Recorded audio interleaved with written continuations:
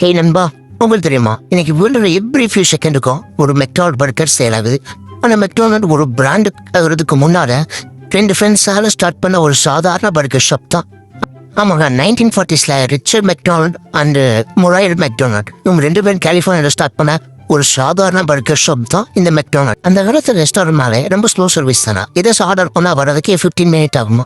ஆனால் இவங்க 2 பேரும் இதை சேஞ்ச் பண்ணி ஆகணும். ஸோ ஃபாஸ்ட்டாகவும் இருக்கணும், சீப்பாகவும் இருக்கணும், குவான்டிட்டியாகவும் இருக்கணும், குவாலிட்டியாகவும் இருக்கணும் முடிவு பண்ணி அவங்க ஒரு ஷாப்பை ரீஅரேஞ்ச் பண்ணி யாராச்சும் ஆர்டர் பண்ணால் லெஸ் தென் 1 மினிட்டுக்குள்ளே கஸ்டமர் கையில் ஆர்டர் போகிற மாதிரி அவங்க செட் பண்ணியிருக்காங்க. இதெல்லாம் மக்கள் இம்ப்ரெஸ் ஆகி அவங்களுக்கு கஸ்டமரும் அதிகமாக வர ஆரம்பிச்சிட்டாங்க. ஆனால் இவங்க பெரிய பிஸ்னஸ் மேன் ஆகணும்னா செய்யலை. இவங்களோட அந்த பாரம்பரியமான கடையை காப்பாற்றி கொண்டு போனாலே போதுன்றது இருக்கு. அப்போதான் தலைவன் உள்ள என்ட்ரி ஆகிறான் நம்ம ரே கிராக். இவர் ஒரு மில்க் ஷேக் சேல்ஸ் பண்ண ஒரு சேல்ஸ்மேன். எத்தனை பேர் ஃபவுண்டர் படம் பார்த்துருக்கீங்க தெரியல. படம் பார்த்தீங்கன்னா இந்த ஸ்டோரி கண்டிப்பாக உங்களுக்கு தெரிஞ்சிருக்கும். வேணும்னா சொல்லுங்க, அதையும் ஒரு வீடியோவை போடலாம்.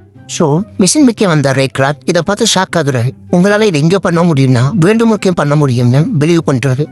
ஸோ ஊரை தாண்டாத அந்த 2 பிரதர்ஸை கன்வின்ஸ் பண்ணி 1955 ஃபர்ஸ்ட் ஃப்ரான்ச்சைஸ் ஓப்பன் பண்ணுறாரு.